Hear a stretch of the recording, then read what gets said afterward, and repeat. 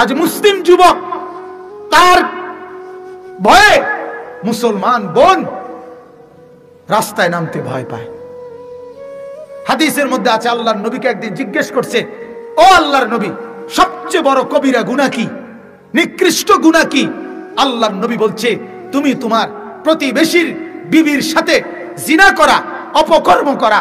তোমার প্রতিবেশী, তোমার পার্শ্ববর্তী বোন, তোমার পার্শ্ববর্তী স্ত্রী, তোমার পার্শ্ববর্তী আরেকজন ইমানদারের কন্যা, তার দিকে লোভের দৃষ্টিতে তাকানো, জিনার ব্যভিচারের কল্পনা করা, অবৈধ কাজ করা।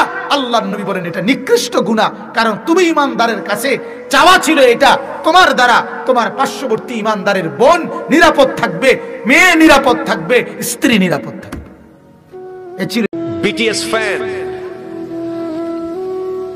কোরিয়ান ব্যান্ড, যারা বিমান ছাড়া চলতেছে না, পার্সোনাল বিমান,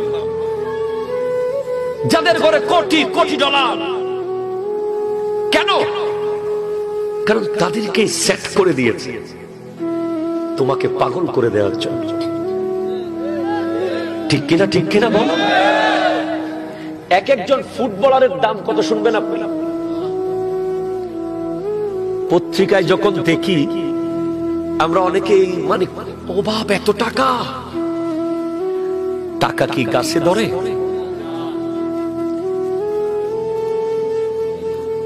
150 কোটি, 250 কোটি, 500 কোটি টাকা এক একজন ফুটবলারের দাম। দাম তার খেলার নাম। যুবক, দাম হচ্ছে তার আগাগোড়া যা কিছু আছে। তুমি এই গেঞ্জিটা পরবা, চাঁদপুরের যুবকরা সেই গেঞ্জিটা পরবে। তুমি এই প্যান্টটা পরবা, চাঁদপুরের যুবকরা এই প্যান্টটা পরবে। তুমি চুলটাকে এইভাবে করে ছাড়বা, লক্ষ লক্ষ যুবক সেইভাবে চুল কাটবে। কথা জোরে বলেন, ঠিক কিনা? ঠিক কিনা?